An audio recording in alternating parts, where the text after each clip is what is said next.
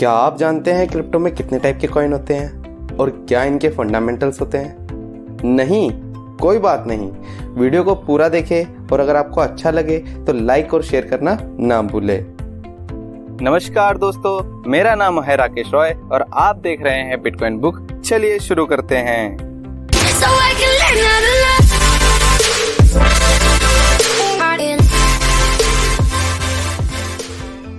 तो दोस्तों, हम बात करते हैं हमारी फर्स्ट कॉइन के बारे में, जिसे हम बोलते हैं ऑल्ट कॉइन।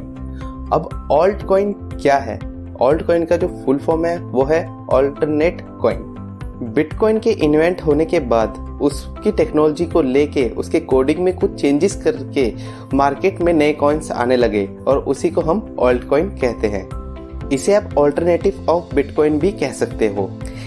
इस कॉइन का फंडामेंटल ये होता है कि आप अपने पैसे को क्रिप्टो बाय करके रख के उसको एज ए एसेट यूज कर सकते हैं। जैसे बैंक आपको इंटरेस्ट देती है, उसी तरह से ऑल्ट कॉइन में भी आप इंटरेस्ट गेन कर सकते हैं। दोस्तों, हमारा सेकंड और most trending coin NFT, non fungible token. दोस्तों, NFT उसे बोलते हैं जिसे हम यूनिक चीजों में रजिस्टर करवा सकते हैं।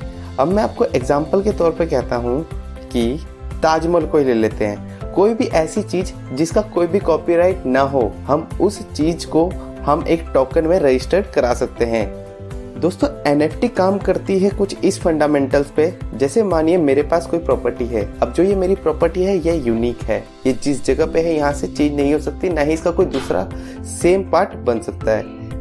तो जितने भी लोग समझो अपनी प्रॉपर्टी को NFT टोकन के साथ अटैच रजिस्टर करवाते हैं, तो क्या होता है कि वो जब भी अपनी प्रॉपर्टी को सेल करेंगे किसी भी अदर पर्सन को, तो उसको हमेशा 10% आएगा। और वो अगर आगे किसी को भी सेल करेगा तब भी उसका जो फर्स्ट ओनर था जिसने उसे NFT में रजिस्टर करवाया है, उसको हमेशा लाइफ टाइम 10% आएगा उसके हर एक सेल पे।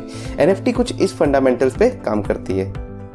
और आप इसे ये भी कह सकते हैं कि आप प्रॉपर्टी ही नहीं, आपकी जितनी भी कोई भी एसेट है, आप उसे एज ए टोकन कन्वर्ट करके रख सकते हैं। दोस्तों, हमारा अगला कॉइन है डेफी। डेफी मतलब डिसेंट्रलाइज फाइनेंस। और दोस्तों, इसके जो फंडामेंटल्स है वो पूरे बैंकिंग सिस्टम से ही रिलेटेड है, बट बैंकिंग सिस्टम से कहीं गुना ज्यादा अच्छी है। वो क्यों? चलिए इसे भी एक एग्जांपल से ही समझते हैं। जैसे मानिए आप हो और आपके अकाउंट में कुछ पैसे पड़े हैं, बट उस पैसे का आपका कोई भी काम नहीं है। तो उस पैसे को आप क्या करते हैं, बैंक को पैसे रख देते हैं एज ए डिपॉजिट और आप उससे इंटरेस्ट लेते हैं पर मंथ और पर ईयर। एक पर्सन और आता है बट उसके पास पैसे नहीं होते, बट उसे कोई भी काम करने के लिए या कोई भी अपने घर के नीड्स को पूरा करने के लिए बैंक से लोन लेना पड़ता है। तो बैंक आपका वही पैसा उसको एज ए लोन देती है और वो उस लोन का बेनिफिट लेके एज ए इंटरेस्ट बैंक को देती है। बट यहाँ पर सबसे बड़ा फैक्ट क्या है कि जो इंटरेस्ट बैंक को देने वाला है वो ज़्यादा इंटरेस्ट देता है और आपको जो मिलता है वो उससे कम मिलता है। बट बैंक की एक पॉलिसी होती है कि अगर बैंक के पास जो भी रखा पैसा है, अगर वो सारा कभी भी कोई भी नुकसान हो जाता है तो वो पैसा आपको नहीं देगी। जैसे आपने सुना भी होगा विजय माल्या और नीरव मोदी के केस में। बट इसी जगह पे डिसेंट्रलाइज फाइनेंस क्या करती है, नाम से ही पता लगता है ये डिसेंट्रलाइज है। और डिसेंट्रलाइज का मतलब होता है जिसपे किसी का कंट्रोल नहीं होता। ये सब कुछ ही ब्लॉकचेन पे चलती है। मानिए मेरे पास 2 इथेरियम है और मुझे उस इथेरियम की कोई भी नीड नहीं है, तो मैं क्या करता हूँ, उस इथेरियम को डिसेंट्रलाइज फाइनेंस में जाके स्टेक पे लगा देता हूँ। और वो स्टेक पे लगने की वजह से वो मुझे हर मंथ और हर ईयर इंटरेस्ट देती है और वो इंटरेस्ट बैंक के मामले में कहीं गुना ज्यादा होती है। अदर साइड, एक इंसान के पास 2 इथेरियम है बट उसे कहीं पैसों की ज्यादा जरूरत भी है, बट वो उस 2 इथेरियम को सेल नहीं करना चाहता, पर उसे पैसे की भी जरूरत है।